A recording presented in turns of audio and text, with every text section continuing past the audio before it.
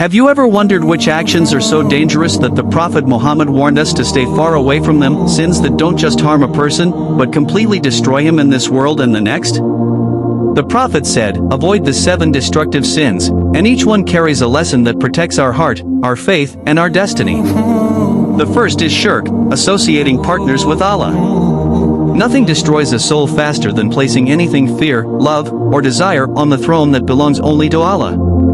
It breaks the foundation of faith, and if a person dies upon it, Allah does not forgive it. That's why the Prophet taught us to guard our hearts and purify our worship from anything that rivals the Creator. The second is magic and sorcery. It's not a game, not entertainment, it's a doorway to shame. Magic breaks families, corrupts minds, and invites the help of devils while the person thinks he's gaining power. The Prophet warned us to stay far from spells, charms, fortune tellers and anything claiming control that only Allah owns.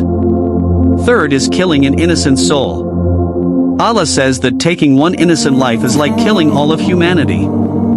Unjust violence crushes a person spiritually, and on the day of judgment it becomes a mountain of darkness. A believer's hands should never carry the blood of someone who did no wrong. Fourth comes consuming interest, riba. It looks like easy profit, but in reality it destroys societies from the inside. Riba invites the anger of Allah because it feeds oppression, traps the poor and erases barakah. The Prophet taught us that true wealth is in blessings, not in money poisoned by injustice. The fifth destructive sin is devouring the wealth of orphans.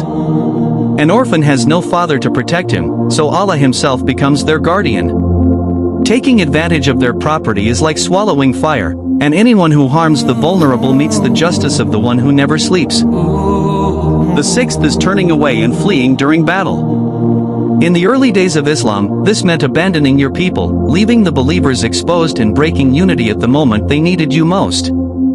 It wasn't just fear, it was betrayal. The Prophet taught that courage means standing firm when truth is on the line.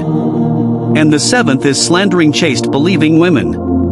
A single lie can ruin a woman's honor, destroy her home, and cause pain that rises to the heavens. Slandering them is not simple gossip, it is a heavy sin with consequences in this life and the next. This is why Islam commands us to guard our tongue, because one word can harm more than a weapon. These are the 7 sins the Prophet said will destroy a person. They corrupt faith, break families, shatter society, and darken the heart. But the beauty of Islam is that Allah's mercy is always open. Anyone who avoids them protects their soul, and anyone who repents sincerely finds Allah more forgiving than they can imagine.